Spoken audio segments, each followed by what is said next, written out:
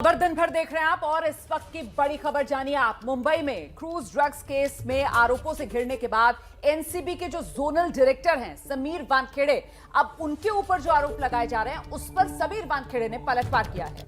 समीर वानखेड़े ने sessions court का दरवाजा खटखटाते हुए कहा है, जब से क्रूज ड्रग्स केस आया तब से निशाने पर लिया जा रहा है मुझे।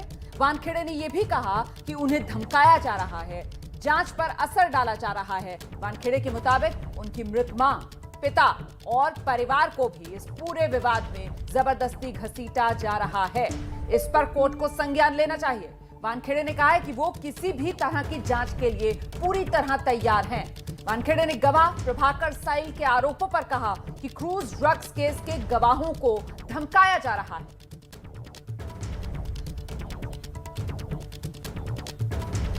तो बड़ी खबर इस समय की यही, सेशंस कोर्ट में जो बड़ी खबर आ रही है वो आपको बता दें। सेशंस कोर्ट में समीर वानखेड़े के बयान पर सूरज ओझा हमारे साथ जुड़ रहे हैं और नवाब मलिक के आरोपों पर रौनक कुकड़े हमारे साथ मौजूद हैं।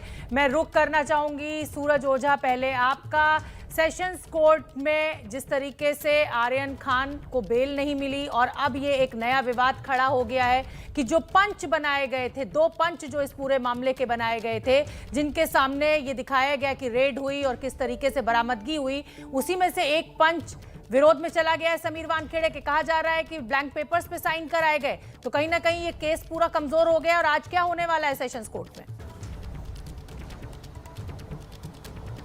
बिल्कुल इसी वजह से एनसीबी को सेशंस कोर्ट जाना पड़ा। एनसीबी ने 2 एफिडेविट फाइल किए सेशंस कोर्ट के सामने। एक तो एनसीबी की तरफ से जो 5 पन्नों की है, उसके अलावा समीर वानखेड़े की तरफ से जो 2 पन्नों की एफिडेविट है।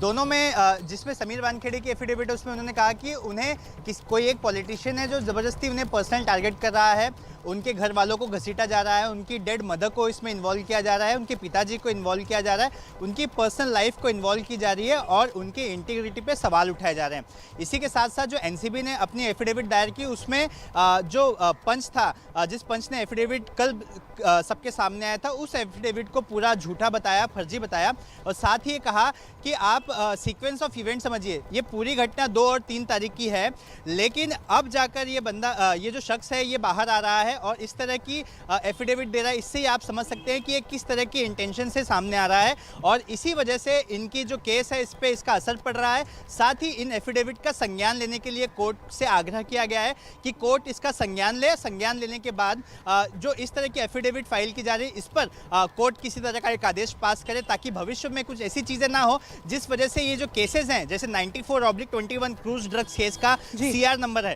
तो इस सीआर पर जो इन्वेस्टिगेशन है, जो सब्जुडाइज है, कोर्ट में चल रहा है, इसकी जांच पर किसी तरह का असर ना पड़े, ताकि जो सच्चाई है लोगों के सामने आए, जो गुनहगार हैं उन्हें सजा दी जा सके। ठीक है, आप रहिए सूरज।